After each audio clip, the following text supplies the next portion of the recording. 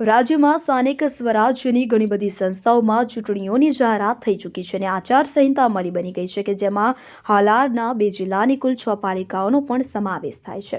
આ ઉપરાંત જામનગર જિલ્લાની 2 તાલુકા પંચાયતોમાં કુલ 2 બેઠકો પર પણ પેટા ચૂંટણી થશે। રાજ્ય ચૂંટણી પંચની જાહેરાત અનુસાર આગામી 16 ફેબ્રુઆરી આ સંસ્થાઓમાં મતદાન થશે અને 18 ફેબ્રુઆરી મતગણતરી હાથ ધરવામાં આવશે। 1 ફેબ્રુઆરી સુધીમાં ઉમેદવારી પત્રો દાખલ થઈ જશે।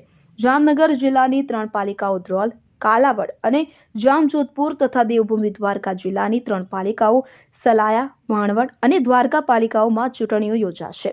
આ સાથે જામનગર જિલ્લાની 2 તાલુકા પંચાયતો જામનગર અને જોડિયામાં કુલ 2 બેઠકો પર પેટા ચૂંટણી યોજાશે કે જેમાં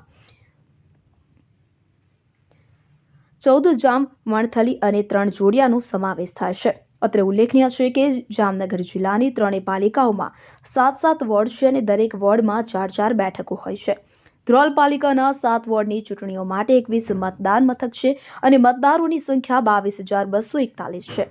કાલાવડ પાલિકાના 7 વોર્ડ માટે મતદાન મથકની સંખ્યા 25 છે અને મતદારોની કુલ સંખ્યા 23,397 છે।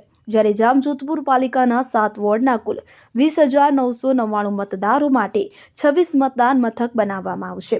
આ સાથે જ જોડિયા તાલુકા પંચાયતની 1 બેઠક માટે 4 મતદાન મથક બનાવવામાં આવશે જ્યાં કુલ મતદાન 4,046 છે અને જામનગર તાલુકાની વણથલી તાલુકા પંચાયત બેઠકના કુલ 6,895 મતદાર માટે 9 મતદાન મથક બનાવવામાં આવશે।